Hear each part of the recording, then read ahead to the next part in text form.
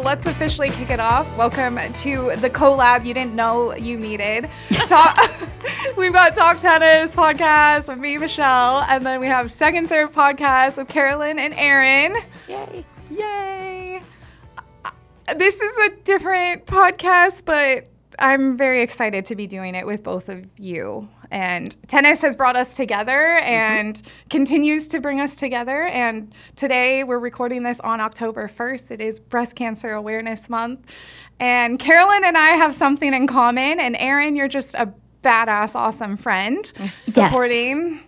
And so we're going to talk about breast cancer today and tennis. Yes. And how it relates to tennis. You wouldn't think it would, but it certainly does. It's absolutely wild how much tennis actually has to do with everything. Yes. So I don't know how we want to start out. I don't know if you want to dive into your diagnosis story and kind of like weave a picture and let us know how it looks. It sounds like we both have diagnosis stories that revolve around tennis, of course, because we're tennis players always. Michelle, do you want to start with yours since you're actually in the trenches? I'm in it, guys. I am in it. You're in it. And does everyone around you know it? Yes. So, well, not everyone. I don't know. I was saying off air, I'll just dive in. So we'll just get on this journey. I found a lump and I probably should have said something sooner than I did. And it was one of those things that growing up as a high-level tennis player, I've actually always had a very interesting relationship with my body. And so when I saw my lump, I just assumed that I had gained weight. And a lot of times they tell women, give yourself a couple months, a couple period cycles, and, you know, it will probably go away. And instead of, you know, taking a second look, I was like, let's train harder, run more, do more, try to figure this out and make it go away. And in June, it was actually Friday the 13th, is when I said something and spoke up. And I have still a crazy story because I don't actually have a GP doctor because the doctor issue in my area is insane. That's a whole nother podcast. Literally. I wanted to like write a book that's like going through breast cancer without a GP doctor. So I could not get anyone to see me. And I was actually told I couldn't get an appointment for a mammogram until October. Yeah, so ironic. That sounds about right. Yeah. That's crazy. I was calling everywhere, and I finally had a nurse call me back, and she's like, I need you to be seen. Call this number. If they can't get you in, go to urgent care. So I got my initial breast exam at urgent care from the sweetest PA ever, and she just said, yes, you have a lump. It was obvious my tumor was 2.7 centimeters. I don't think this is cancer. It's not presenting like cancer. And That's I'm like, good. okay, you know, like that will hold me over until I get my mammogram and ultrasound. In the meantime, life is going on, obviously, and in the back of your head, you're like, okay, this is fine. We're just going to think positive. I had been invited to go to Wimbledon with Babala and then go to Europe for at our Tennis Warehouse Europe offices. And so my mammogram ultrasound was the day before my trip to Wimbledon. No. Yeah. Yep. This is eerily similar to what we're going to get into with Carolyn. So I go in. I literally remember putting on the pink gown, and you're just sitting there. You're like, really? Yeah. And I even like snapped a photo. Like, this could be my last moments before I know I have cancer. And I kind of, you know, I don't know, Carolyn, if you felt this way. I was like, yeah, this is cancer. Like, it's fine. We're gonna handle it. It will be fine. So I start the ultrasound. They come in to give me my results. The doctor, the radiologist comes in and he goes, I know you. And I'm like, oh, you know, it's a small town. And then he's like, no, I know you. I watch your Tennis Warehouse. Oh, my goodness. That's amazing. And he's like, I am so sorry to say, like, it looks like you have a cancerous tumor. And I was kind of like, okay. And he's like, and unfortunately it spread to your lymph nodes. And that was what was like, oh, shoot. Yeah. That one really got me. And he was like, we need to set up a biopsy and all this. Oh my gosh, the PA, that was amazing. I have goosebumps just talking about it. And I'm like, well, I'm going to Wimbledon tomorrow. And he's like, I'd really wish that you weren't. Oh. And I'm like, well, I am. And then the PA was like, well, she couldn't get an appointment tomorrow anyways. So went to Europe, did my thing, didn't sleep. Yeah. At all. Yeah. No sleeping. Yeah. Came back the day later, did my biopsy. They knew my tumor was cancer right away. And then, the rest is a lot of a story. And as you know, once you start, it's scary and there's a lot. You have appointments, you have 3 oncologists, you have MRI, PET scan, blood tests, genetic testing. Yeah. So it spiraled from there. I keep joking this summer I had cancer. But now we're going to the fall, I had cancer. This summer I had cancer. And so I told my team, they found out after I did my MRI that I had 2 lymph nodes that were infected, which it sounds like you had more. Okay, overachiever over there. Right. You don't want to achieve in that. Yeah, respect. You don't want to be an overachiever in cancer. Yeah. Mm-mm. I guess if we're getting into it, it's so interesting because once you start learning, there's 3 main types of breast cancer. So I'm ER positive, PR positive, HERS2 negative, stage 2B. Very estrogen driven. And I was told I was going to have chemo before my surgery, and that terrified me, and the port. And I am curious to hear about this from your end. So basically, when I went in for my chemo teach, which, yes, you go in and you have a whole day dedicated to learning about chemo. Another appointment, yes. Another appointment. That's terrifying. They were talking about the port, and the nurse, they're so sweet, but the nurse goes, yeah, if you play golf, you're not going to be able to play golf. And I'm like, okay, well, I don't play golf, but what about tennis? Yeah. And she's like, well, do you swing aggressively? Yeah. So anyways, go big or go home. I was terrified about the port, and I was like, cool, I'm never going to play tennis again. Just knowing that it could flip. That's what everyone was telling me. And just terrified, absolutely terrified. 2 days before I had my port surgery, they did a last minute, you never do this in breast cancer, but they ran my oncotype before because I was presenting to not have benefit from chemo. My oncotype came back very low, and all of my other tests, genetic testing was very low for reoccurrence. So they pulled the plug on chemo, and then that's a whole nother story. This could take hours to get through. Right. So I'm going to pass the baton. Yeah. Carolyn, what were you working with? Oh, man. Oh, Michelle, I'm so sorry. When I found out that you had it, I was just devastated because that's the first. Well, and I feel like I found out the logistical nightmare on top of cancer, just getting through day to day. So I was just so devastated. I found out, and then I was like, the first person I don't want to contact is Carolyn to be like, guess who else has cancer? That's not super fun. Well, I was leaving breadcrumbs too. I had posted some stuff just keep swimming as I'm starting the process, and people have no idea. Yeah. Anyways, because it's such a mental job on you. You don't know what's up from down. Your entire life switches as soon as they tell you that. So what happened with me is that, Erin, I don't know if you know this or not, but I'm sure I do. But go ahead. You probably do, and I forgot that I told you. Yes. Erin called me and said, so I had the biopsy on Wednesday. I had gone in and had a mammogram, a biopsy at 40. And on that Friday, Erin called me and said, have you checked your email? We got invited to be in the president's suite at the U.S. Open. And so I was on cloud 9. I mean, we got to go to the U.S. Open with friends. It was going to be my first time. Right. And now we were going to get to...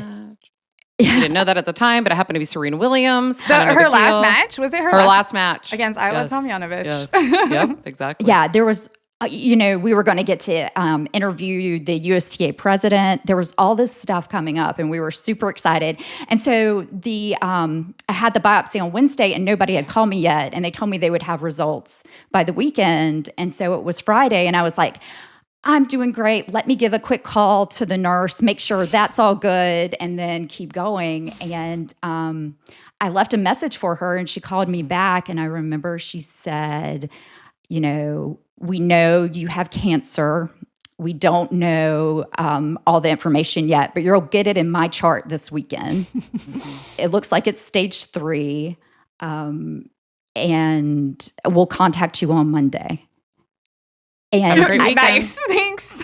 Have a nice weekend. Bye. Yeah, have a good weekend. And I remember thinking I went from the highest high to lowest low in a matter of 15 to 20 minutes. Yeah. So it was such a crazy experience from there. I had also at 37, I had felt something. So I'm 43 now, but at 37, I had felt something, and I had went in for a biopsy and or mammogram, ultrasound biopsy, and they said it's PASH. It's nothing to worry about. For a year, every 3 months, I went back and had a mammogram, and then they discharged me and said, come back at 40. And so it was just, I really wasn't worried. You know, the way you kind of knew, I didn't know. You were the opposite, And so and I even questioned, should I go to the U.S. Open? So I went through this. You went, though, right? Yeah, yeah. We did, and thank goodness. I think Michelle, I don't know how you feel, but like, take the trip. No, absolutely take the trip. And like that. Do everything. Yeah, and it was like one of those things where I was like, this could be, you never know. But still, get the experiences. Like, I mean, Carolyn is an early to bed girl, and we stayed up. I don't want to fast forward through the story, but we were still at the U.S. Open at 1:30 in the morning one night on Friday night. And I think I looked at you at like 11 something, and I was like, how are you feeling? She's like, keep going. Let's go. And she normally would be like in PJs and in bed by 9. And she didn't sleep at all. Like that whole weekend, I know when we were in New York, she was getting up, I'm saying that in air quotes, at 5 because she is super healthy and she works out even when she's on the road, but she just wasn't sleeping all night. So like we saw her at 7 for breakfast and she's like, oh, I was up at 5 and working out. But we knew it's because she just never really ever fell asleep, because of just that spinning. I mean, that was only 2 weeks before the U.S. Open is when you found out, right? Yeah. And my husband was very adamant. He's like, you have to go. You have to go. And I'm so glad I did. So, yeah. But that was kind of how it all started. And then it's just been, Michelle knows, you don't sleep, you're anxious, you're a part of a club you don't want to be part of. But it's the best club once you're in it. It's the best club. And you feel love like you have never felt in your life. So from your tennis family. Yes. Yeah. I have like goosebumps. I was telling Michelle off air before we started recording that I was hoping that you would be willing to tell your wig story, Carolyn, when we went wig shopping. Which like also before you start, Carolyn, you were talking me down because I was ready for you guys don't even know. And we're going to talk about like the mental game of it all and how it relates to tennis. But like I was so prepared. I think I don't know if I told you, but I was like, I'm going to be a pumpkin spice chemo girl. Like I was getting a red wig that was all short. So like I was all in it. And it's not that I like said, no, I'm not doing chemo. Like it didn't work for me. But like it's weird sometimes being the cancer girl that like still has her hair. But I want to hear the wig story. Sorry. Well, because people don't know that you're going through it. I think it's very obvious to people when they saw me, because even though, I got a wig, it was so amazing. Erin came with me, another tennis friend, my friend Teresa came with me, and they made it a super fun experience. Yeah. So something that would be really hard for me, they made it fun. And I'll start crying. I don't even want to. I know, exactly. We've done a lot of. Erin was like, I'm going to be very honest with you if I don't like it. And I was like, perfect. Good. Well, see, okay, so I'll tell do you still have it? I'm like, wait, why? Yeah. She got 2, actually. Well, she got one with a hat with a hair, which looked super cute.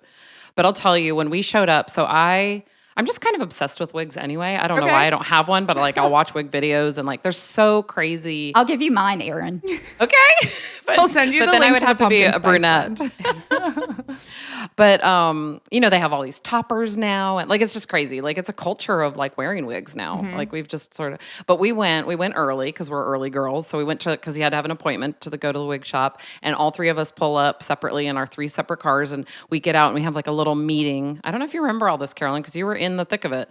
We had like a little meeting in front of the door, and I was like, kind of like, I hope they don't see that we're being weird out here standing, before our meeting time. I mean, before our wig scheduled time or whatever. And Carolyn was like, listen, I brought you 2 because you will be honest with me and do not let me spend this kind of money if I'm going to look stupid, right? Like, So, and I told her, I said, I am very fearful. I'm not going to like anything. Like, yes, I remember that. Right? You remember? I was like, this is going to be bad. I'm really nervous. And we went in there, and first of all, it was spectacular, like how good they looked on her. She put some on. You still had your hair at the time. You hadn't started chemo yes, by then. Yeah. She got it before she actually had lost her hair. And they matched it. Like, you would not even know that it was not her hair. Well, I was awesome. Blown away. So I was like, get all the wigs. I'm so impressed.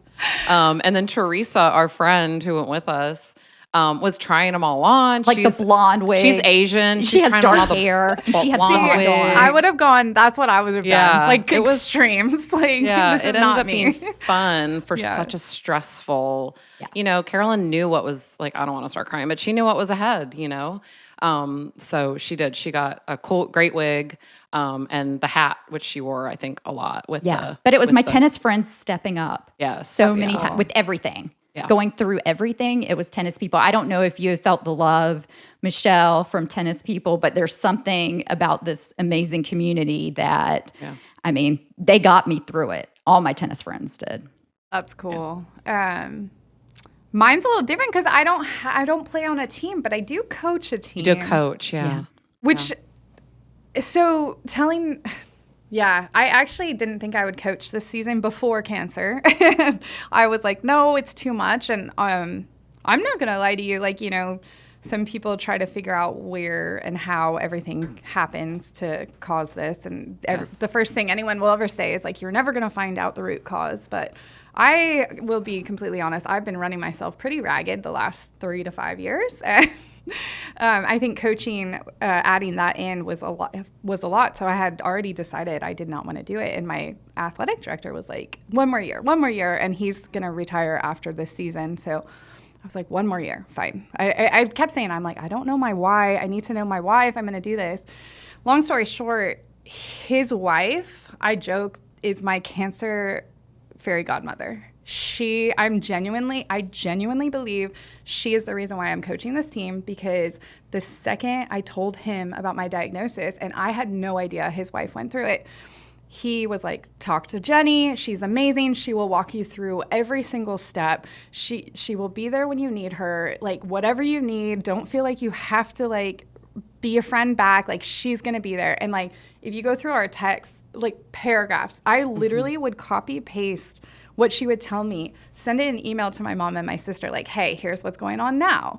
And like, I owe so much to her because it's overwhelming. And I don't know how anyone would navigate it without knowing what to do. Because you're just thrown in it. Like, you literally get your biopsy results, and then they connect you with a surgeon, and you're like, oh, a surgeon? This is crazy. I'm going to have surgery. And then they're like, no. But now you meet your medical oncologist. And now you meet your radiation oncologist. And it's like all these things. And like, no joke, it's like, okay, chemo's happening next week. Get your port, get your CT scan, get this. And then you're like, okay. And you don't even, and I'm sure for you, I don't know, maybe not. But for me, at the beginning, I was like, I will do anything and everything to get this out of me and be fine. Yes, absolutely. And you're terrified. And like, I cried every day. Every morning I went to work, I cried. And then just let it all out. And like, sometimes I'm usually one of the first ones in our office. Sometimes someone would ask me something and I would just lose it. Just crying. But so I had, and my girls team, I didn't know, when I thought I was getting chemo, which I was like, okay, they're going to see that I don't have hair. I have to explain. Yeah. So I did share it with them at the beginning of the season. It's very cute. They have been so supportive. On their tanks, they have a pink breast cancer ribbon embroidered on. They wear pink on their pink ribbons on every match, pink in their hair. They rallied, and they have no idea. That's what I was going to say also. 1 in 8 right now are diagnosed with breast cancer. So I have 14 girls on my varsity team. One of their moms have gone through it. So it's like, that like this is going to affect them. So it's like you want to share, you want to be a positive role model in that way. But it's weird because some days you're just like, I just want to get through this day. Yeah. Anyways. Yeah. It's so hard. It's so hard. I was really lucky because you were talking about there was someone that led you through it. My sister-in-law is a cancer navigation specialist. So if I had not had her, when I got my results on that Saturday, I would have been completely lost because you don't know how to read anything. You don't understand what it's saying. You don't know what anything means. It would have been terrible like that. It just is so hard. It's so hard for everybody. It's hard for everybody involved. But you start saying you have it, and then you realize, or you're going through this, so many other people have too. I mean, just people that are on my tennis team have had it. People that, there's a girl that I went to college with. She got it at 35 and was able to walk me through everything. I mean, you meet these people that just support you and help you through it. I remember Erin, do you remember this? You captained a singles team.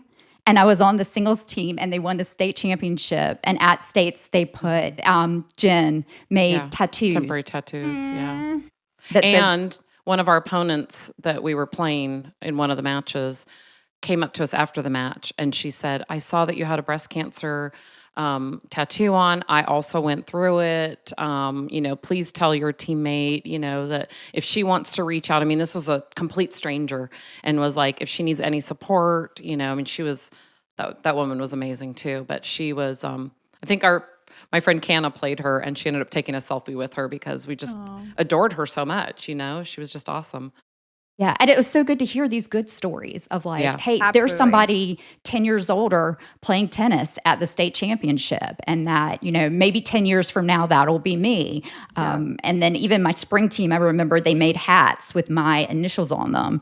Although someone from my spring team did ask me if I wanted to captain, this is for leagues. And I was like, absolutely not. Don't sign me up for anything extra after cancer. No. Would you like to be the face of our team, the breast cancer girl that we're wearing hats for, and do all the hard work and captain for us? Yeah. I'm like, I don't want to captain when I'm healthy. I don't want women to be mad at me for putting them on a line they don't want to be on. No, literally.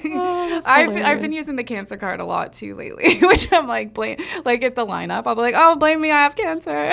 Right, yeah. There are times when you can use it legitimately. Yeah. Let's talk a little bit about how did tennis look for you? Did you have to stop playing, or did you stop playing? And talk to me. I stopped for 2 years. Yeah. Oh man! Because as soon as I found out, and then I started chemo and had the port and everything. See, and they tell you, they're like, oh, you can play tennis, you can do that, and no, you can't. It's anyway. Sorry, keep going. Well, a lot of people do play. Yeah, you're like, I'm playing. Yeah, a lot of people do play through it, but I was going through chemo, and it's not only chemo, but it's the logistical nightmare that is having to go to appointment after appointment after appointment. And I had young kids, and it kind of took away my tennis time too. So I didn't play through it. Have you been playing, Michelle? Well, and I wanted to rewind to your chemo comment and the appointments, because I don't know if you were like this, but when I was told I was going to do chemo, it was going to be Monday you have to go in for a blood draw, Tuesday you would do your infusion, and then Wednesday you would come in for another shot for your white blood cells. So it's not a one day, couple hour just sit thing. There. Yeah. So tennis. Okay. So let me interject too, please. because she took 2 years off. Okay. But the podcast helped get her through a lot of the early months. Yes. We had so many. We were on a tear before you got diagnosed. We had interviewed so many people. We were very lucky to have had I don't remember what the number was. 30 might be an exaggeration. You're but the number one tennis podcast. Well, we had so many banked. And no, we were number 2. We can never get to number 1. Yeah, we can never get to 1. It was that. Yeah, those other people. We won't mention. And now there's even another new guy that keeps taking that spot. But anyway, we had so many that we had already pre-recorded. Smart. And I remember Carolyn saying, so Carolyn and I are very different people, which is why it works. Her and I working together is amazing. We're a perfect fit. We have different skill sets, different personalities, everything. And even when we came home from it might have been from the US Open, I remember her saying, whatever you do, please, don't, I constantly push her outside her comfort zone, but she didn't have the energy to be pushed outside her comfort zone anymore. And I knew that. But we had so many interviews banked that I remember her saying, let's not interview for a while. I don't have that kind of energy. But she was able to take her laptop with her when she was sitting for chemo, and she does all of our editing. She's our producer and our editor, and that she had like work to do, which kept her mind on something other than just going through cancer. Yeah. That's good. Definitely. And Erin, it's so true because Erin would contact me and tell me a funny tennis story or something. I mean, she kept me going through that. But also because of our podcast, we've interviewed these people that kind of remind you why tennis is the amazing sport it is. Mm-hmm. And so after everything, there was this big question of, will I come back to tennis or not? Is it even worth it? I mean, Erin, how many times do you think you asked me to play? 100? As many as I could, yeah. Yeah, like and I was just like, I don't know if I want to come back because I was really bad when I came back, and I was trying to serve left-handed instead of right because everything was on my right side. Yeah. But because of the podcast and listening again, I was like, no, I need to come back. What am I doing? She has a two-handed forehand and backhand. Oh, nice. And I wanted her. I tried very hard to convince her to come back as a lefty, because her tumor and her lymph nodes, and it was all in her right side. And I was like, come back as a lefty. That would be so, like everybody is, great as a lefty, but she didn't. But I was giggling when you asked about that, Michelle, because she did play spring this year. Finally, she came back, and Carolyn, tell us how well it went. Did not go well. It's not did not go well. First, I appealed to go down a level. That did not work.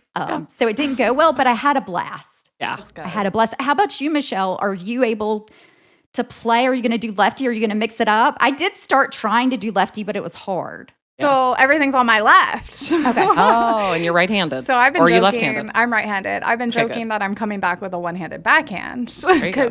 So after my biopsy, well, that's the crazy thing too. Like, first of all, it's like all the stuff that like I see women doing as they're going through treatments and all of these things is wild. And like myself, sometimes I look at myself and I'm like, how did I get through that week? How did I get through that day? But like, even after my biopsy, and I swear they took like 16 biopsies out of me. Yes. It was weird to hit a two-handed backhand, like for a while.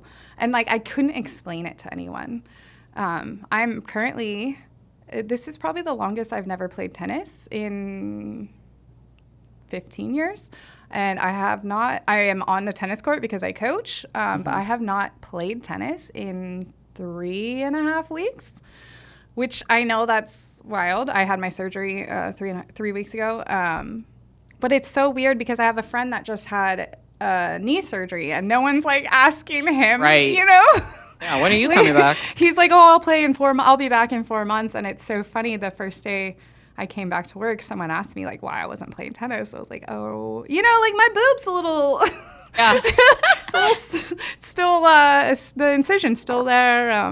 They give you a timeline of when you could start So I was told, and I don't know what your surgery was, Carolyn, and we don't even have to get that personal.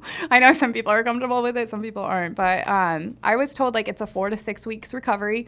One of my bandages is still on, and they say just let it come off when it does. So I just started getting back in the gym and like working out a little bit more this week, and I have a PT appointment on next week because of the lymphedema and all of that, and then especially I'm probably starting radiation next week. And I've been asking everyone, I've heard with radiation it can cause your skin to get tighter and like mobility and all of that. So I'm going to be working hopefully with a PT and getting back on the court, but kind of like you in this moment, I'm just kind of like, it's okay that I'm not playing tennis. Yeah.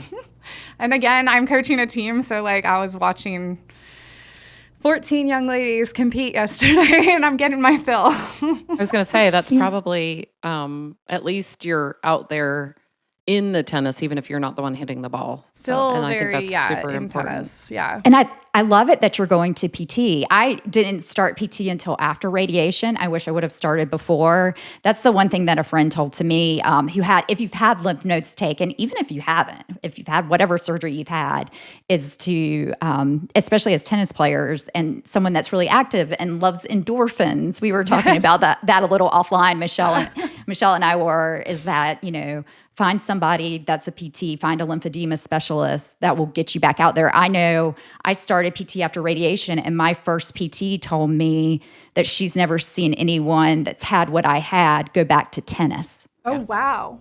They decided before she came back. Like they would do different that she may sports never and come not back. tennis. But then I found another PT, and she's like, let's get you back out there. We're going to start slow, and we'll get you back out there. And I know she will never listen, but I have to give a shout out to my surgeon. She was my second opinion surgeon. I ended up going to LA at City of Hope. Shout out to City of Hope. But they are so good at treating you as a patient, not another, cancer patient. And so if you read my notes, it says, she's a tennis player. She's concerned about coming back. And I remember my first meeting with my surgeon. She said, I have a patient who plays tennis every day, and she had the exact same surgery as you, and you're going to have no problem playing tennis again, and we will make sure that you're playing tennis. And it was like, every time I went into the office, it was like, oh, you're the tennis player, or like, like you're going to play tennis again, and like, it's not going to be a problem. And I just am so thankful for that. And yeah. That's your mental health too, right? I mean, it all ties together. The endorphins. Yeah. Yes.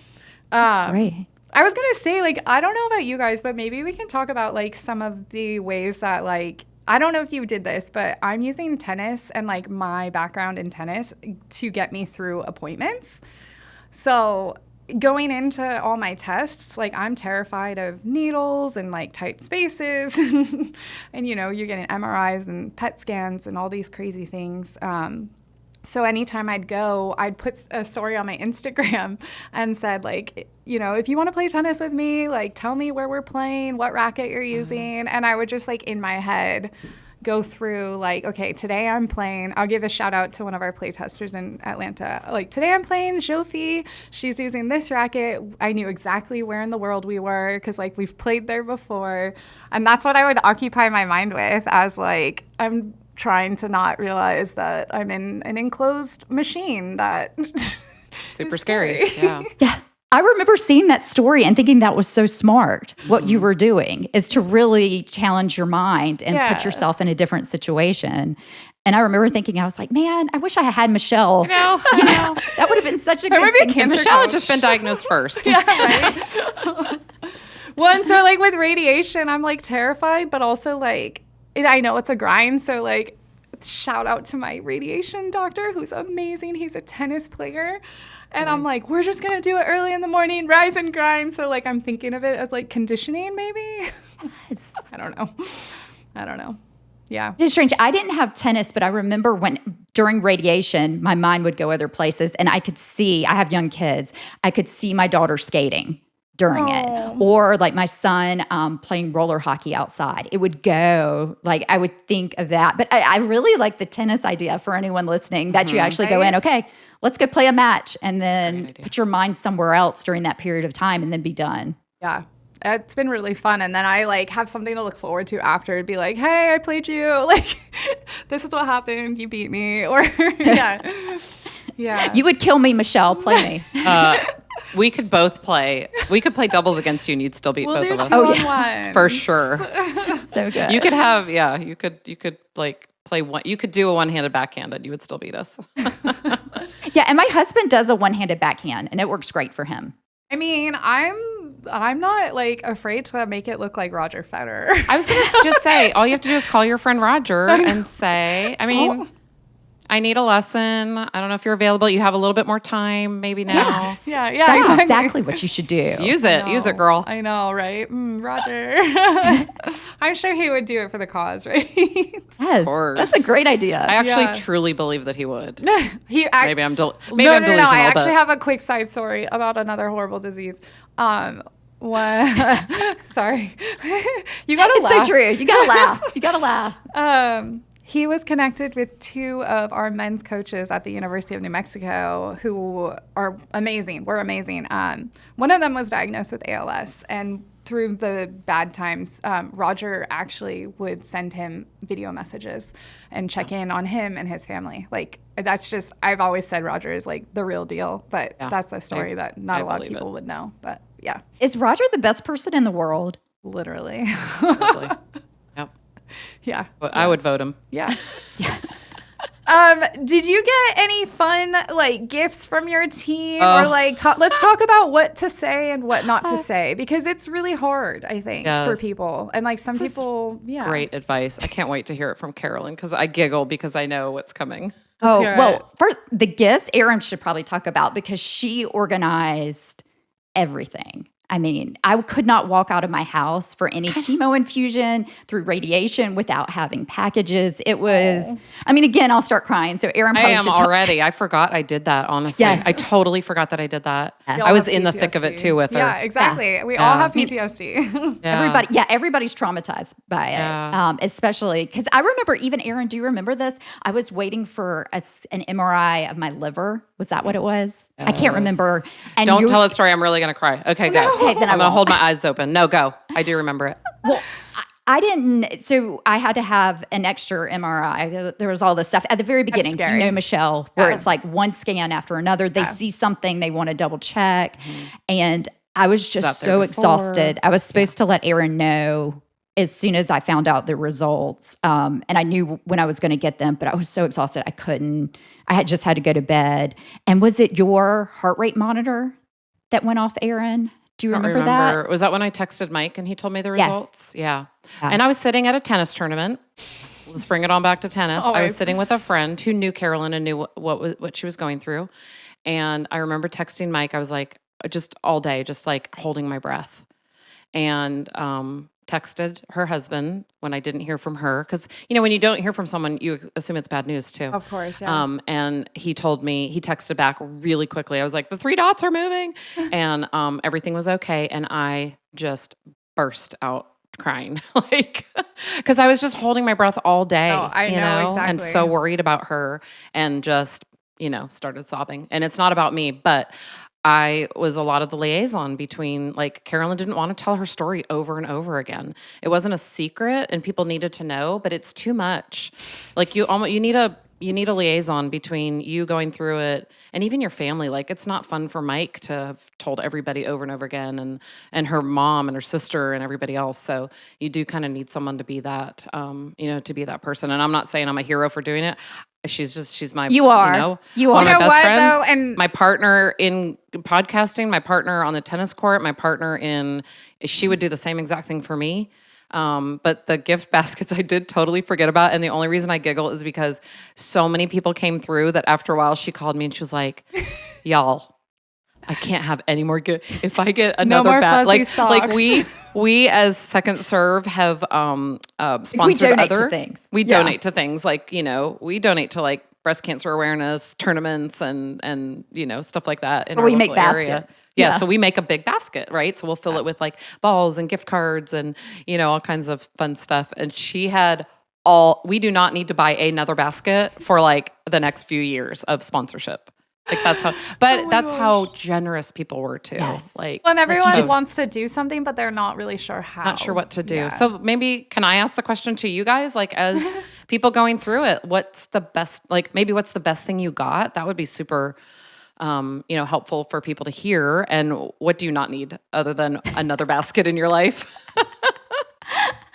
And she was so thankful. Like, I'm just going to say, she how many could not have blankets been. do you have? That's what I want to know. Lots of blankets. But I did get cold. So it is great. She's a very cold person. So those are legit. Cold, so, but what's the best thing you got, if you can remember, or something that helped the most? Another tennis friend, her daughter went through cancer, and she made me a bracelet that said, for me, during all my chemo treatments, because she went through chemo and all these different exams that she had to go through and scans, better days are coming. And I would wear it to every one of my appointments. I wish I still have it, but I threw it away when I was done. I was like, they're here. Better days are here. Okay. That's okay. And then someone else who had been through cancer gave me a little army man, like Ted Lasso, that was going to protect me.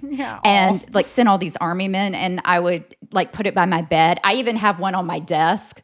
Like one of here, I have them all over the place. So there was all these little things. But I talked to somebody else, and she was like, "All I want is gas cards because you're." I was gonna say food cards or something. Yeah, and I got so many gift cards and just everything. How about you, Michelle? Is there what's the best thing? I'm trying to think. I've gotten a lot of things. Actually, I will give a shout out to one. I keep saying shout out. It's like 1995 all over. Shout out. Everybody likes the shout out. Would you like to give a shout out? We do this. You got to pump your hands when you do a shout out, though. One of my friends, one of my first friends that found out, she was awesome because she was a little bit of a liaison with some of my friend group, and she actually got me a couple Kindle books. We were talking about reading, and I was like, oh my gosh, I'm gonna have all these appointments, and I'm just gonna I we all have our chemo bag, cancer bag, whatever you want to call it. I have so every single time I'd take my Kindle, not like you actually really read because you're so freaking nervous and you can't remember anything. But I really liked that. That was really cool. I started, and this is actually my medical oncologist and I talk about this, I started writing again. So I got a lot of journals given to me, and I've been filling them. I actually ironically have my cancer, this is my cancer book, which has all my notes and appointments and charts and everything. I swear, I keep joking, if I leave it in my car, steal my wallet before you take my cancer notebook. Because it's my lifeline. So I do appreciate the journals of it all. I'm trying to think. I've gotten some good candles, but then this is the ironic thing, and I don't know if you're like this, Carolyn, but when I think maybe you go through phases, but when I was I still have this problem. You're trying to figure out what caused this. So you're yes. Thanks for the wine, but I'm not drinking it. Thanks for the candy, but I'm not eating sugar. Thanks for the candle, but I don't want to smell wine. That. No, I'm drinking. I'm trying. I was you're such a wine girl. I know. Okay, I was please drink the wine. Drink the wine. It's and then it's you're trying everything you can do to make sure that you don't have this, but then you want to live your life, and so it becomes this crazy cycle of thoughts some days where you're trying to fix it and you realize you have no control, which also comes back to tennis. Control what you can control. But so that's also something tough with the gift cards is Carolyn also would ask specifically for funny shows or funny movies, but no downers. Yes, every movie. Why does every movie have to have someone with cancer? That so dies. she would reach out and text and be like, "Hey, I need a new show. I better be laughing. That's all I know. It better take my mind off." The commercials right now, there's a breast cancer one, and the first month, I was just my mom would change the channel and be like, "No, we're not watching this." Right, look away. I remember that too. She's like, "I need the funny shows." I think that was the year that we got really into Cheer. Was that it? Nice. Cheer may have been before that, but might have been somebody before, recommended really The Summer I Turned Pretty. She has cancer though. The mom had that's terrible. Alert. Yeah, that's a terrible. I watched. It's a great movie. That is a terrible suggestion for you. Terrible suggestion. Yes. I was like, we're just gonna lean into this because you know what? It's actually a matter of fact. But I didn't like the way they presented her cancer. Yeah, but I didn't like the. I sobbed the whole way through it. The Two Best Friends was too much for me because I just, I have too many good girlfriends like that. I also had someone tell me that their family member died. No. Yeah. Okay. Yeah. Back to what to say and what not to say. Yeah. Let's dive into that. Yeah. Don't do that. Just don't do that. Tell me how they overcame the odds, versus I felt like it was more older people that would randomly tell me things. That's what they do though. No, I don't know how many. I don't know if you've gotten, I'm sure you have, because of course you have, the people that tell you how to handle it or what to do with your diagnosis or what surgery to have or I'm sorry, don't tell me. I'm happy to share, but I don't need strangers or people that don't even know my middle name telling me what surgery Carolyn to have. Too. Yeah. We didn't talk about it forever on our podcast. She never mentioned it. She never told our audience that she was going through it. Never. And then one day, it probably was the episode that we interviewed Victoria from Tennis for Cancer. Life. Yes, it's a tennis support group in North Carolina. So you can be, it's called Tennis for Life, and you can be anywhere in your journey. You could be in remission. You could be, if you had cancer 10 years before, and it's free lessons or free clinics and a support group. And we interviewed this woman, Victoria, who's awesome. And Carolyn always, I don't know, Michelle, if you do this, but Carolyn always sends the episode to our guests and to me and says, listen, if there's anything weird, if I need to cut or edit or whatever, but we always get approval before we put out our podcast. And she sent it to Victoria and me. And I remember exactly where I was driving, and she said it on the podcast. She said, for the first time, like after 2 years or something, she was like, and I don't even remember what you said. It was in the outro. And I was not prepared. I have goosebumps now telling the story. And I remember, again, being in my car, and I just started crying because I went through the whole thing with her, and I was not prepared for her to actually tell her story but she was the same way. And the reason why, it's nothing against anyone, but she did not need strangers reaching out and telling her, maybe you should think about this. She already had so much on her mind that she was trying to figure out who the best doctor is and what appointments do I go to and what do I do. There's just so much that you don't need people reaching out, giving you more advice unless you're specifically asking for it. It's just like a doubles partner. No unsolicited advice. It's true. Yes. Don't coach me on the court unless I specifically say, what in the heck is going on? What am I doing wrong? Yeah. Hey, that's such a good analogy. So true. Right? Literally. Some people I did want to know, like, what's your background? Tell me, give me advice. Or if you've been through it, I would like to hear it. But nothing unsolicited. Well, and I don't know. Well, this is something that you learn really fast is everyone's cancer is so different. We can have the exact same diagnosis on paper, but where your tumor is, where your lymph nodes are, like how, what your oncotype is, what your KI67 is, what your mammoprint score is, like these are all different things. And I wish I didn't know these words, maybe. No, but I know. Because then you can try to compare them to someone else and it's just not the same. It's exhausting. And even you find, I actually just heard of this website that it's called Cancer Buddies. And it's like, it pairs you with someone that has the same diagnosis. Never heard of that. I literally just saw it yesterday. I will send it to you. I haven't really looked at it, but like I could find someone identical, and it's like the treatments are so different, man. And like I went down to LA just knowing bigger, City of Hope is dedicated to cancer research. Like I gotta go here, but I've seen some treatments for something very similar to me, and I'm like, oh man, that's wild, and that's so different. And even I actually had I had to make a choice. I had two opinions, and I had to pick one. And I remember, sitting there talking to my mom, and my mom wanted me to do one thing, and I was like, absolutely not. I'm doing this. I don't understand why you don't understand that. And like, it was so clear for me. And she eventually understood and was 100% on board. But it's such a personal decision, and like, there's so much doubt. I mean, I remember the day before my surgery, maybe even the morning of, I was like, am I doing the right thing? Should I have changed this? Why aren't I not doing this? And then I'm like, wait, my surgeon never recommended that. Why am I reading something on the internet or something that someone said like, hey, how come you're not doing a full mastectomy? Like that wasn't for me for this cancer. So like, I'm making the right decision based on what my doctors have guided me to. So I don't know, but it's exhausting. The doubt. The doubt. Totally is. And my sister-in-law, who was or is a cancer navigation specialist, she said one of the biggest things is to not compare your story to anyone else's.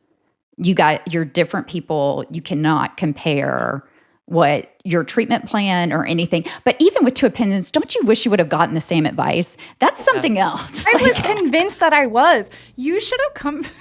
You should have come with me. I actually recorded one of my doctor's visits, and it was with my second opinion medical oncologist. And my first opinion, he was so not my vibe. But it was like, it's fine. He's matter of fact. He knows what he's doing. He's a specialist. Great. So I go, and my now oncologist, she was amazing. She spoke my language. She's talking about journaling and meditating and breath work. And I'm like, yes, girl. And I just literally went in there and I said, tell me if it's chemo or not. And because I was just like, that was it. It was, we were going to do chemo or we weren't going to do chemo. We were waiting on the oncotype, and I didn't realize how long it actually took. It takes at least 3 weeks. And it was probably 2 weeks in. And she's like, I'm not going to tell you. I actually am going to refer you to the surgeon. I want you to get the surgeon's second opinion, and I want to wait and see what your oncotype is. And then I'm going to present you to the tumor board, and I need to do my due diligence before I give you a second opinion. And I was so mad. I'm like, I came all this way. I drove 3 hours for a second opinion, and you're not even going to give it to me? I just got off the phone with her assistant before this podcast. She's been like amazing, and I'm so glad she introduced me to the surgeon that she works with, because that's who ended up doing my surgery. And the two paths were incredibly different, but I have no doubt in the path that I'm on. That's good. I'm glad you don't doubt it. That's so great. That's great to hear, and that you found Amazing. the oncologist that matched your vibe. Totally. Or your energy or what you wanted. Because this is your teammate going forward. Oh, back to tennis. This is your teammate. Like you guys have the same goal. So you've got to be able to work together and match your energy. Yeah, exactly. And I guess with the first opinion, it was kind of like one of those things when you're like, okay, my teammate might not be my best friend, but we work really well together on the court. Sorry, had to dump him.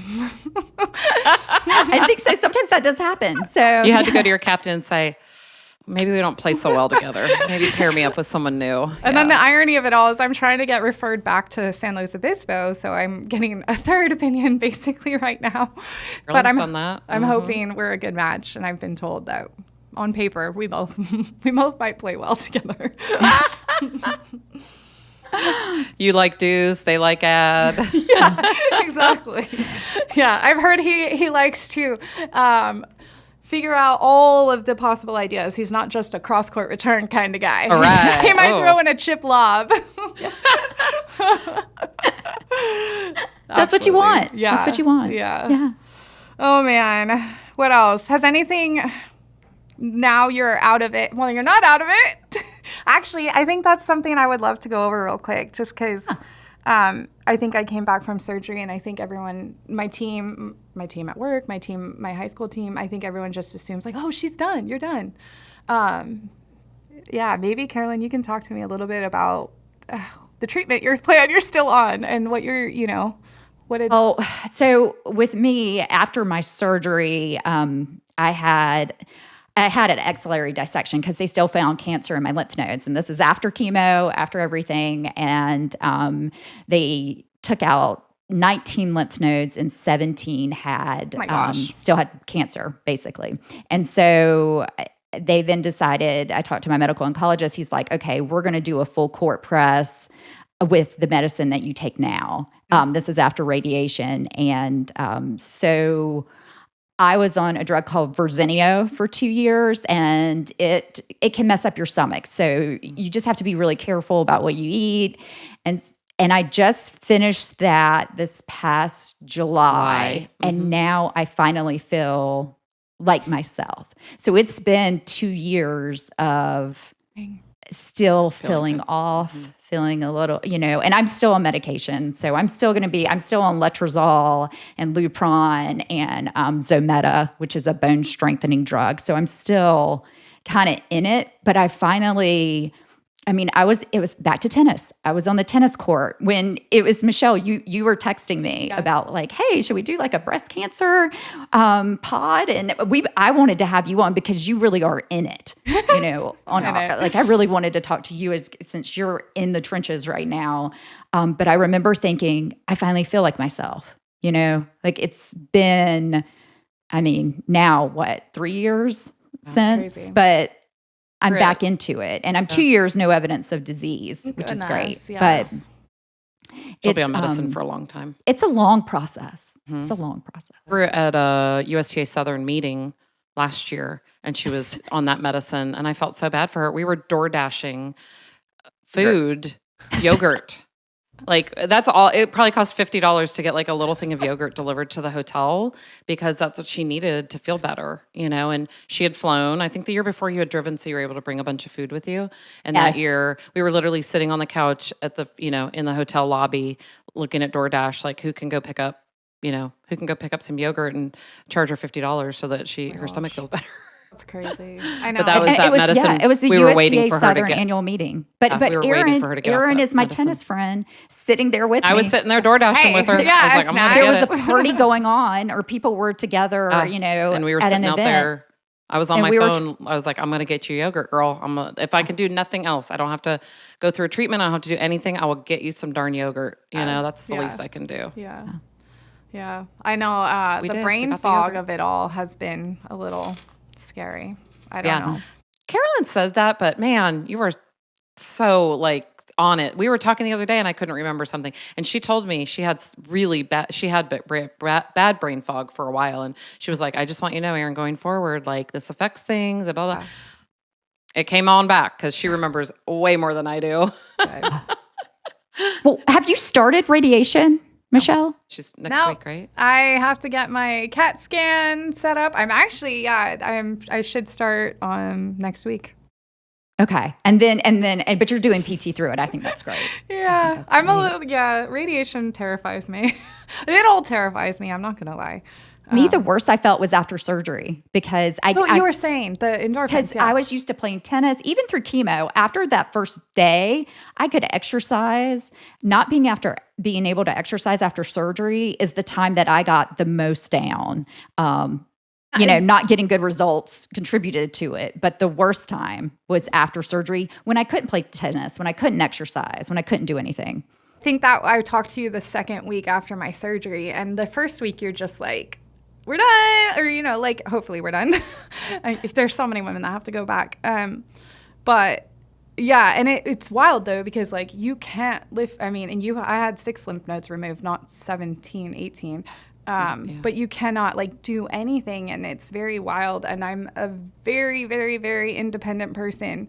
And it was really hard for me to the point where I took a week off of work, but I was still coaching my team, but I couldn't drive. So I would walk to the courts, and I actually, I walked so hard that I caused a blood blister to form at my incision site, right off my incision. And I remember it was the Saturday after my surgery, and I'm taking a shower, and I was like, oh, that's just the glue from surgery.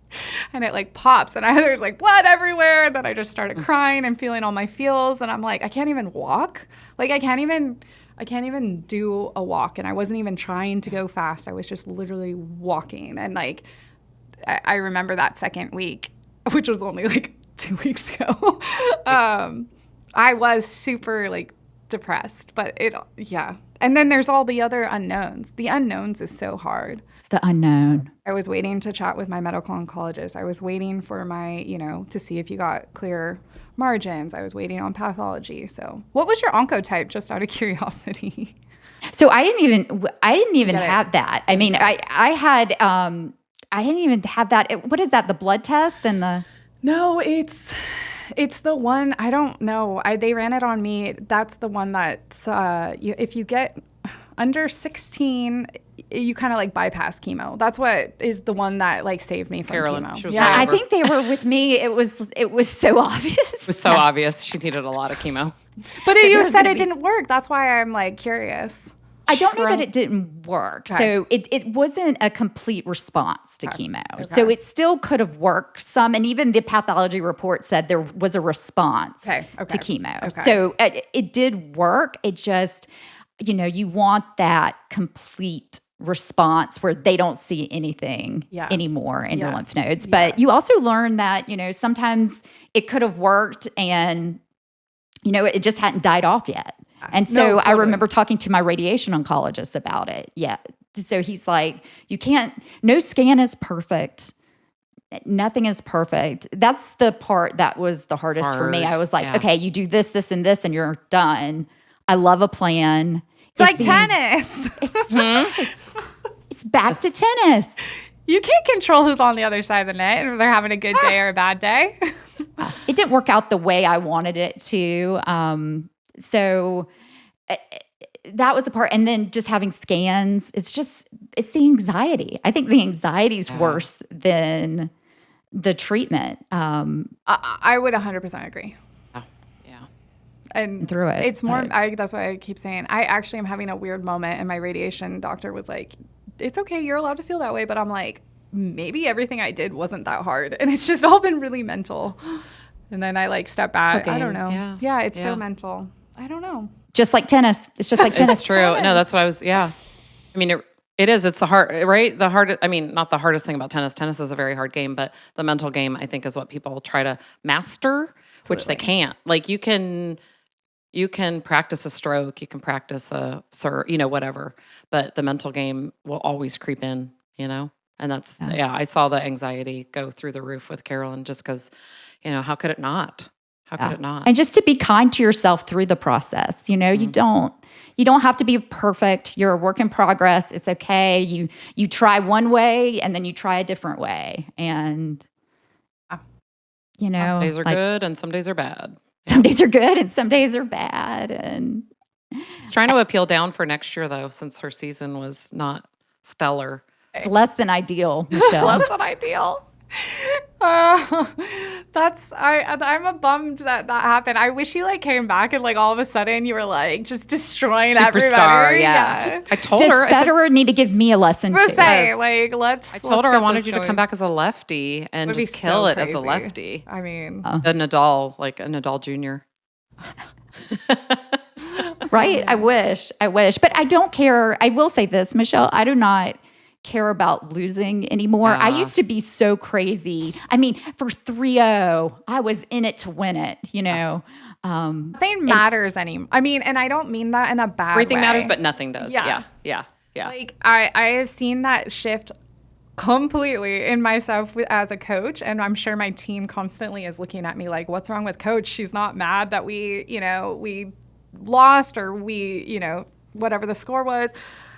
All of a sudden, just being on the court, having fun, laughing, the sun is shining. And I hope that's something that I leave this team, a little bit of a legacy, something I started 3 years ago that this team has really dialed in with, which I love. They do it on their own. They warm up and then they stretch in a circle and they always have a question of the day. And one of the girls is always the sun is shining, you guys look beautiful. And I'm oh, my heart. These are the things that actually matter, not if you won or lost your match. So they're probably annoyed too. And they're Coach, just get on me for a little bit. But now I just am not that person anymore. Yeah. I think too, it's such a privilege to play. You feel, because I remember after surgery, after I got my results, I never thought I'd play tennis again. I was just, I was making deals with my life, what's going to happen, which I know everybody feels that of you want it to go one way, but how's it going to go? And then it really makes you not sweat the small stuff. You stop sweating things you used to care about. It's so true. So true. I was terrified. I used to be terrified to not play tennis. I used to be terrified as a playtester to get injured. And any little thing of oh, I'm fine. I don't want to show weakness. I don't want to whatever. And now I'm just I'm good. I'm okay. I'm happy right now in this moment. And it's all good. And I remember my last day on the tennis court was such a fun day. And I took a picture with the guys that I hit with, and it was we only played dingles because that's what I wanted to do. And it was, I'm not going to waste time doing things that I don't want to do on a tennis court anymore. So that's amazing. To that, I just saw a hat that was it was about the comeback, and I keep talking about wait for the comeback, Listen, Michelle, you said that. One of my friends, Laura, sent motivational quotes. People sent motivational quotes, which I love. I love that sort of thing. Michelle loves. And what it was, and I had Instagram it on my account. mirror, is the greatest story is the comeback story. Yes. It's the greatest story ever told is the comeback story. Love that. Me too. Well, I guess we talked the talk. I guess we did that. Did we miss anything? Anything else to add? Only other thing I'd add is when I first came back, I did play red ball. So I love that. I was going to say foam ball or red ball. That's a good tip. I was going to suggest that to you, Michelle, but I was she knows everything about tennis. But the lens. Foam ball is actually my favorite. But red ball or foam ball, just to be able to, because you could even use a kid racket just to hit. To start off there, and then it's so quickly. You did a lot with your kids in the driveway too, right? Didn't you, Carolyn? They had a net and they hit outside. Yeah. That's so awesome. That's really cool. Yeah, I know. I'm going to play test a racket, but I'm going to use a foam ball. That would be awesome. Play test kids rackets. I'm down for that. I was just even you as a play tester, Michelle. I mean, I guess you can do it with a little bit of a different experience now because you're more like a rec player. Yeah. Well, You're not as. I think the intensity is going to drop a little. I don't know. I don't even know our world. I don't even know what tennis is going to look like anymore for me at the moment. Like, it's so crazy. Like, I've been watching, all these play tests that I've missed, and I'm kind of like, oh, I'm bummed I missed that racket, or I'm bummed I missed that string. And like, for the most part, I'm still wearing the shoes because I'm on the court coaching. So I'm like, I need tennis shoes. But you could still wear all the cute outfits. Yeah. I mean, come on. But yeah, I'm kind of like, what it will be. I don't know. I might try to hit next week. I'm trying to figure out what that looks like. And then also I have a bummer in one of my good friends, I mentioned earlier, his quad tore away from his knee. So like he would be the person I'd be like, hey, let's go hit. He's not hitting right now. The two of you together on a court would be just amazing. Right? He's actually the JV coach for our team. So like between him and I, we had surgery within a week of each other. But yeah. You could always work to get bumped down to like a 4-0, and then we could, fly you out here and put you on a team. You'd be our ringer. That would be fun. Yeah, just show up at the national championship. Okay, yeah. Hi. Please complain about ringers, but we'd put you on in a hot second. Let's go. Maybe that would be the comeback. Well, Michelle, I think you're going to come back stronger. Thank you. I hope to. Honestly believe that. I think you're going to be even stronger. I mean, I feel better now than I did prior to my diagnosis. That's so good to hear because I'm terrified. And I think it's, I mean, you were doing everything you were doing with cancer. So right. So now that you're going to beat it, you're doing it without it. I mean, your body was affected and you were able to do everything you were doing. So I think you're coming back stronger. I'm actually really excited to see what it feels like because there were things that I felt leading up to the diagnosis that I'm like, was that getting older or was that cancer? And the side effects of everything terrify me. So it's so nice to hear you say on, a couple years beyond where I'm at and knowing that I haven't taken any, just there's a lot still. So it's like, it's nice to hear that.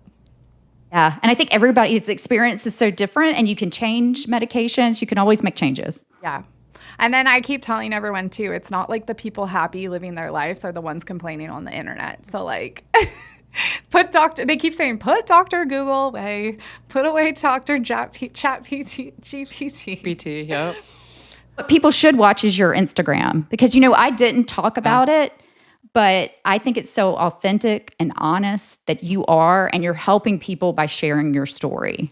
Okay, so maybe that's what I'll do. I was telling Erin before you got on that, or maybe you were on too, because again, brain fog. I started from day one filming these little chats, mostly with my dog, about just like what. Walk and talk with Michelle and Gypsy, and it was initially a way to like reach out to I think only like 5 people, but like, hey, this is what I'm going through. Instead of like having to text everyone individually after a big appointment, I would just do these, and it was actually something I would look forward to. Like, hey, Gyps, let's go for a walk, and we would film it.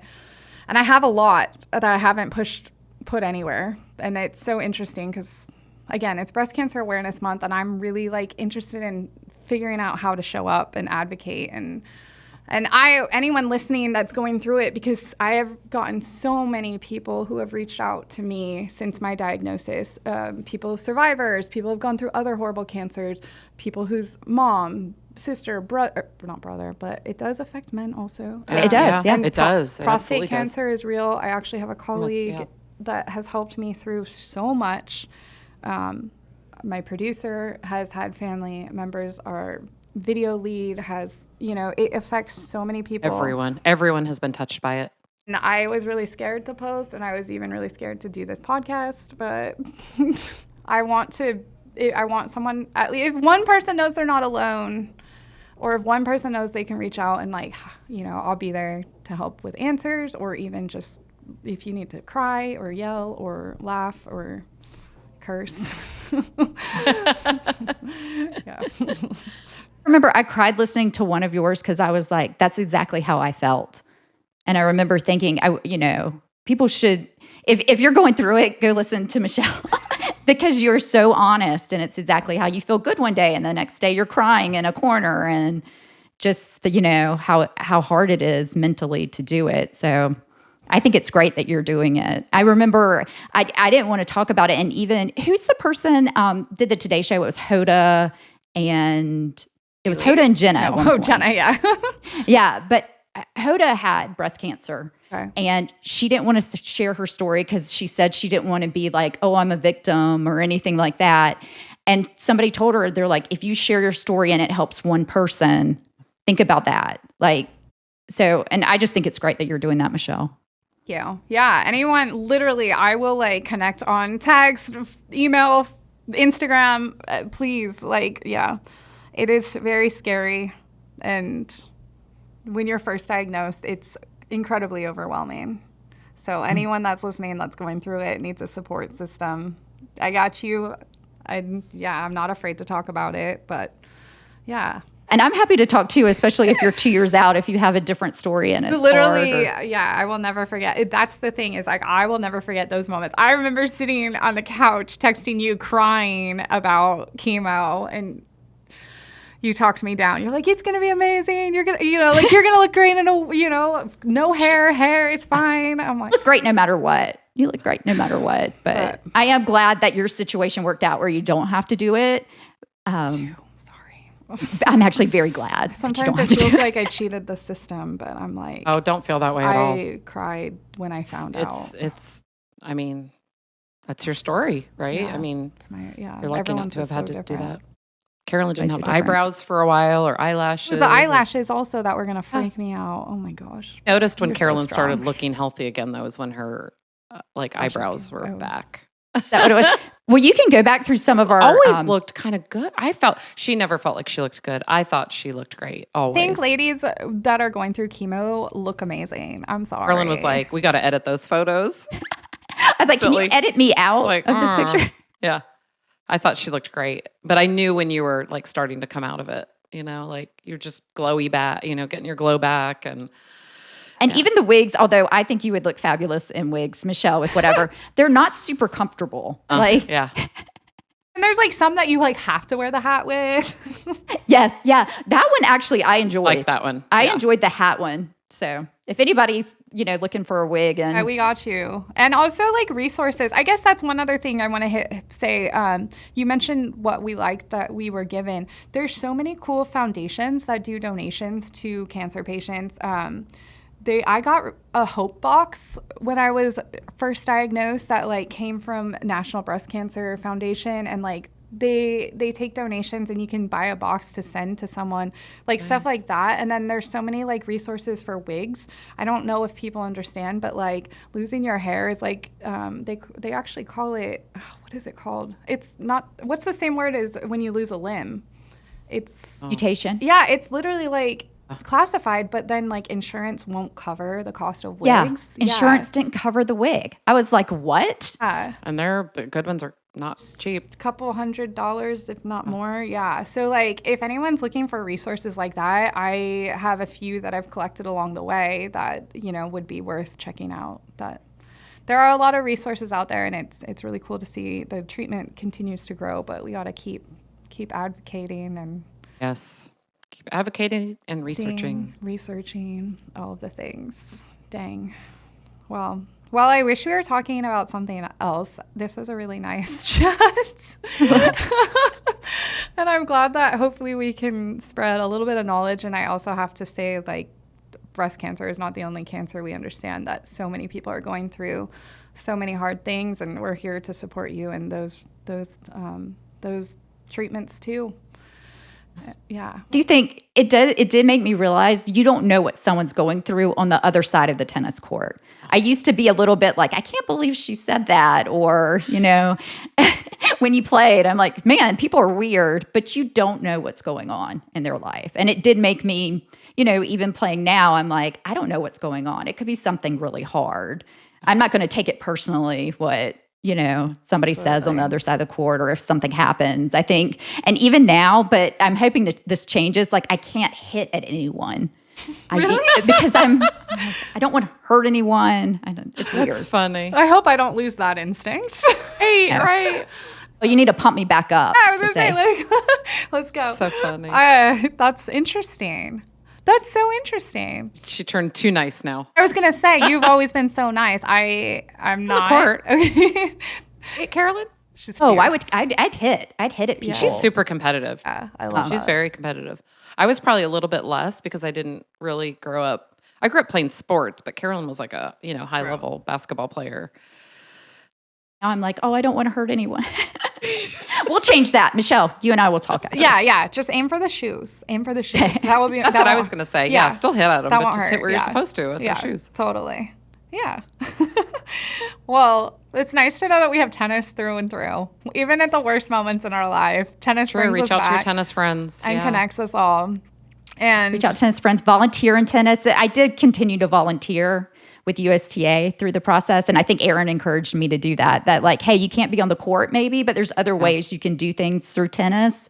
And it makes you still feel part of the community. Yeah. Absolutely. And pick something small to jump into. It doesn't have to be like, hers wasn't a big committee. It wasn't a big time commitment, but she was still talking to tennis people and, still at least part of the community, like she said. I wasn't coaching a team like Michelle. Yeah, because she's crazy. And good things though, Michelle. I was going to say anyone listening that has connections to some nonprofits out there, I would love to learn more on the tennis side. I'm going to try to connect with this Tennis for Life. I want to see how I can be of more service. Also, I remember when I first started getting into it and I was texting my cancer fairy godmother and I'm like, I just want to help people. And she was like, slow down. She's like, you don't even know what's coming for you yet. But I feel very drawn to figure out something where I can be giving back. And my team usually does big fundraisers for cancer every year. And this is the first year that before we went into the season, I said, if anyone, and this was pre-diagnosis before I had cancer or diagnosed with cancer, I said, if anyone wants to do it, you guys as a team are going to have to lead it. And no one stepped up. And so this October, I'm really trying to figure out where I'm going to use my time and energy to raise some funds and connect and donate, and whether it's locally or, a bigger organization or whatnot with people. And I genuinely mean anyone listening that needs to connect, email, leave a comment, find me on Instagram. I would love to connect. Us as well. Yeah. Awesome. Well, thank you guys. Thank you. Michelle. It's posted. Yes, I will. I know. I'll probably text you guys right before I'm going into radiation. I'm going out. I'm trying foam ball or a red ball and just hit it. Yes, let us know when you're back out on the court. We want a picture of you back out on the court that we'll put out. I was even thinking I just want to hit a little bit. So I was like, maybe today, but I don't think today. I still am healing a little bit. Yeah, Michelle, you need to be kind to yourself. I feel like you're doing too much. No. You hit lefty against a wall. Nice and soft. I'm feeding a little bit. So I wasn't touching the racket and now I'm feeding. So we're good. Exactly. And because I can, it's all on my right side. Yeah, everything's on my left. So nothing on my left is being, But we'll get there. Baby steps. Oh. Yeah. Come back. The comeback, yeah. Back. Big comeback. Awesome. Well, that closes out this episode. Anything else from you guys? I think so.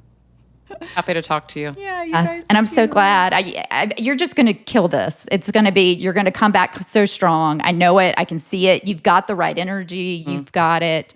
You can do it. So many people have done it before us. Thankfully, yeah. And you're leading the way. Yes. And Erin, if everyone can have a best friend like you to support, because that was actually something I was going to say earlier, is a lot of people disappear when you get diagnosed. And there are a lot of people that you expect to show up that don't. And that's fine. And I think as going through it, I changed my perspective and I'm like, everyone handles what they can handle. And sometimes people can't handle things the way we would expect them to. And towards danger. Thank goodness. Well, I've told people everyone needs needs an Erin. Yeah. You need Everyone an needs an Erin. I had Erin. another friend, Teresa. You have to, Have a good crew. you're so lucky. I will cry because I feel so grateful that because it's hard on her. It has been Probably hard. harder on the people going through it with us. Yeah. Because I have a plan and people are asking me how I am, but nobody's asking. Like Erin's, Because would it's not do really it my for them. story. Yeah. It's not my story, but I had to be strong. And I boohooed a lot. I can think of all the places I boohooed telling her story. But it's better than her having to do it, you know? Like I said earlier, it's the least I could do for everything she was going through. And I know I would have an Erin. I know it in my heart through and through. You know, tons of people would step up. So yeah, that's awesome. I love that. Yay! Awesome. Happy hitting. Let everyone go play some tennis. Happy hitting and happy Breast Cancer Awareness Month. I don't think we say that, but you know, maybe not happy, but do something good this month for someone. Get checked. Go to a tournament, raise some money, get checked. Mostly get checked. If nothing else, get checked. I would love to hear more about tournaments that are being played in honor of, and because I know there's tons of walks, but there aren't a ton of tennis tournaments. That sounds amazing. Yeah, so do your thing. Find a way to learn more. And I don't know. That's it. And be kind. And just be kind. Literally, be kind. Absolutely. You never know what someone's going through. Period. That's all.